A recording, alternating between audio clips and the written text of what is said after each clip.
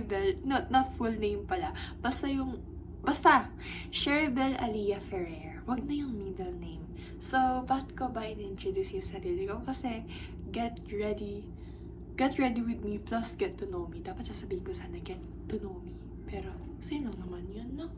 So, get ready with me to go to the gym while getting to know me. Kahit hindi kayo interesado, kilalanin ako, kailangan nyo akong kilalanin. Because I'm the next big thing. Okay. Charot.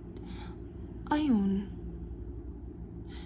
Go to the gym pero nagme-makeup kasi kailangan natin ma-feel na confident tayo. Kahit ano man gawin natin, let's do the things that makes us feel confident. And this makeup thingy, it makes me feel confident, so I'm gonna do it. Yun. Ayoko yung nakikita ko na pagpunas ko ng sapin ko sa mukha ko, may nakikita akong makeup, nasasayangan ako. So, ang ginawa ko lang ay eyeliner. So, yan. Sa first clip, nalaman niyo naman na yung unang story ako. Pero, ito na yung proper. So, 18 years old nga ako, and I'm currently a college student. Papunta ng second year. Nursing student ako. Hulaan niyo ko ng school. Ano pa? May TikTok account ako. Wow! Yan. Ganon. Tapos, ang favorite kong, mga favorite naman, kung what is slam book. So, my favorite color is color pink. Yan. Medyo hindi halata. Kasi bihira ako mag-wear ng pink. Pero, mahalata nyo diyan. Red or red. Pero, basta yung mga hue ng, yung mga color ng parang malaki kayo talaga. Yan. Tapos, meron akong dog. Ang pangalan niya ay Daphne.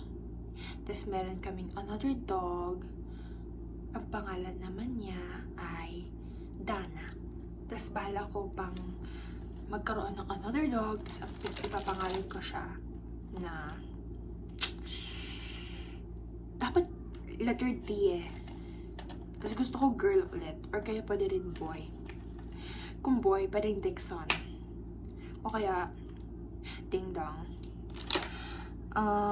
O kaya yun na yung alam ko. Pero kapag girl, hindi ko pa alam. Yun. Bakit ko pinangalang Daphne?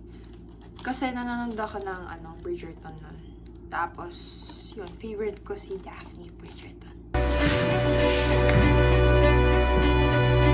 Pero ang favorite season ko na yung kila Anthony tsaka Kate. Tapos, yung kay Dana, full name niya is Danaya. Si Sangre Danaya. Yun lang. Sinunod ko lang na, since letter D si Daphne, dapat yung pangalan ng isa is D din. So, Danaya. Wait lang, nawawala ang aking lip gloss. Yung lip gloss ko nasa kabila. Stay natin. Ano pa? Yun na yun.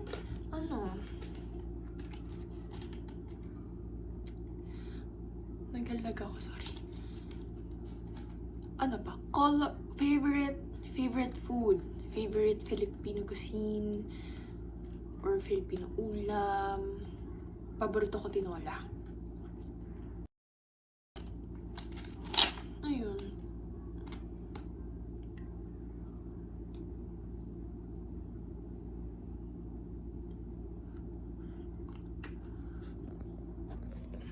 Ayun na. Yun. Sorry na putol kasi biglang nag-alarm. Sabi niya, umalis na daw ka ng bahay po ng gym. Ito na. Ayun nga. Ang bagal ko magsalita, nakakainis.